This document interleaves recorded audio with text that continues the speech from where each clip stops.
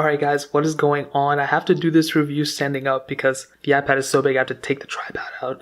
But iOS 12 just came out today, the official version. We're going to take a look at it on the iPad Pro. And I'll tell you right now, iOS 12 has been pretty decent for the iPad. I would honestly say that iOS 11 was pretty good on the iPad as well. I know a lot of people hated iOS 11, but I think iOS 11 was good on the iPads, and I think iOS 12 just improves it a little bit. I will say overall performance is pretty much the same. I don't have anything crazy, but I just want to highlight some of the cool features of iOS 12. That some of them I could not get on the iPad, but I'll just go ahead and just explain them a little bit. And before I even say anything, in order to update, all you have to do is go into General, click Software Update right there, and then it'll show you right here. You just go ahead and click Download and Install. But that's pretty much it. That's how you install it. It's pretty basic. As you can see, I'm on the latest version right now. So with group FaceTime now, you can actually go and FaceTime with up to 32 people in one chat. So you don't have to go and use a different app or anything like that. You can do it within one app, which is FaceTime. And it's super cool. And I like that a lot, actually. Am I going to use it? Probably not. I don't have that many people I FaceTime with. But it's at least there for a lot of you guys who want to use that. So that's super awesome. And it really eliminates the reason to have third-party apps and all that stuff. Another cool thing they added was actually in the settings panel. And as you can see right here, we have a couple new toggle things. We have Do Not Disturb and we have Screen Time.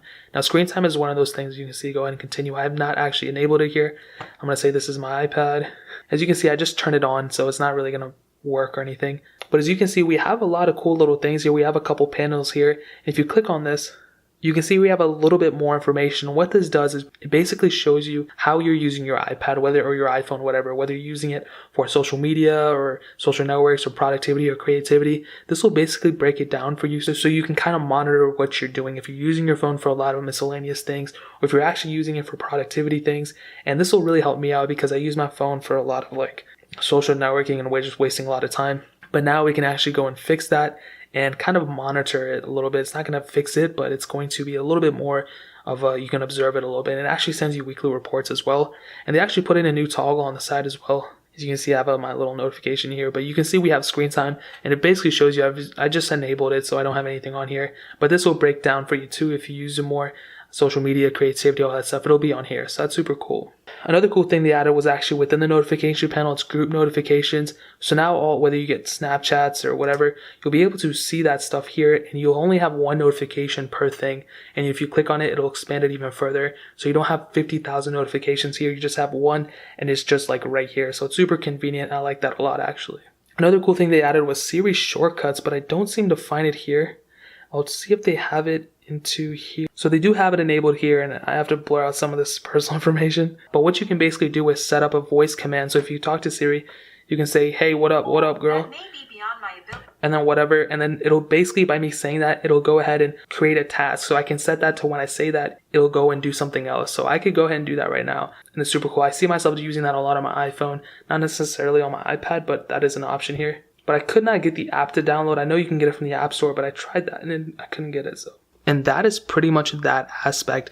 I want to talk a little bit about performance. I will say it's very good. I don't really use my iPad all that much, but when I do go and play games like Relay Racing 3 or something, it plays perfectly fine, which I expect. This is a pretty powerful iPad. They call it a Pro for a reason, and it'll be able to handle performance. I think stability has definitely increased, and battery life is pretty much the same, maybe a little bit better. So what I will basically say is I would recommend updating, man. This is not a bad update. If you get more performance, if you higher performance, or even at the same, you get the same amount of battery life, but you get so much more stability. You get way more features. It's why would you not update? This is not a bad update. I've had all the betas on all my iPhones. On this iPad, I've not had a single problem with it. In reality, at least on my iPad. Really, the main downside on an iPad is that if you swipe down on the right side, you actually get into the control center. And if you want to get into multitasking, you swipe up, pretty much like on the iPhones. So as you can see, I have panels here or whatever. And if you hop out, you have to get into the control center there. But really, I kind of got used to that, and I kind of like it a little bit more. And as you can see from the top bar, they actually put the time on the left side and the percentage and everything else on the right side. So it makes it kind of look a little bit more like a MacBook, a little bit more seamless. I kind of like it a little bit, but that is pretty much it. You guys should definitely update. The only reason I would tell you not to update is if you're waiting for a jailbreak, which I don't even know who jailbreaks their iPads anymore. But if you're waiting for a jailbreak, then stay on a lower version. But other than that, I'd recommend everybody updating. And that is pretty much it. If you guys have any questions or anything like that, leave it down in the comment section below. Hit that like button, but definitely hit that subscribe button. Every single subscriber we get really does count. So it means so much if you guys can hit that. I'm trying to get to 1,000 very, very soon. So it means so much. Just go and hit that subscribe button. Also, check out the other links down in the description. My main channel, my Twitter, my Instagram, all that stuff is down there. I would really appreciate it if you guys could check it out. But more importantly than everything else, I love every single one of you guys. Hopefully I'll catch you guys in the next video. Peace out till then.